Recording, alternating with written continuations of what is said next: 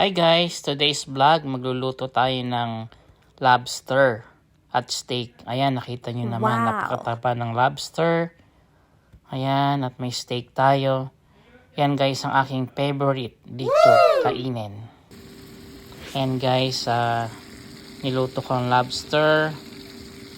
Ayan, nilagyan ko lang guys siya ng garlic at butter. Ayan, nakapansin nyo naman, nandyan yung garlic, butter, para manuot yung lasa. Ang masarap kasi guys dito sa lobster ay ganyan lang pagkaluto, no? So, i-steam lang. Pagka-steam, lagyan ng garlic. At ito naman guys yung steak. So, isa rin sa mga favorite kong pagkain. Wow! Ayan guys, each side 2 minutes lang yan para hindi siya ma-overcook. So, usually ang aking kinakain ay medium rare, no? Pero yung aking mga anak at asawa ko gusto nila well done. So, ayan, i-turn mo lang. So, ang ginawa ko dyan guys, medyo inano ko siya, ninipisan ko yung pagkahiwa. Kasi, pag once na makapal, ang pagkahiwa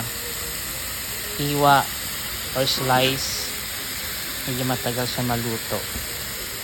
So, dahil nga yung gusto ng aking mga anak at asawa ay well done, kaya ninipisan ko yung pagkahiwa.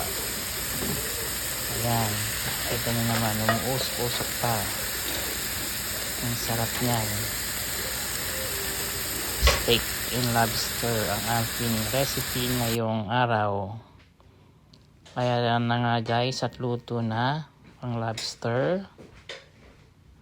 Ayan, punong-puno siya ng garlic at butter.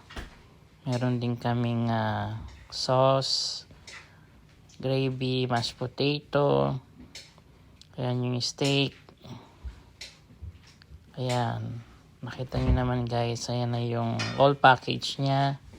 May rice, mayroong lobster, may steak, may mashed potato, pili ka lang, at gravy. Ayan guys, ang sarap. At may kasabay pang wine, red wine.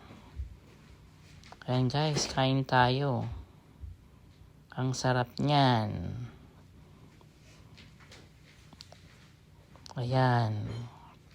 Sabi nga nila ay putok-batok daw.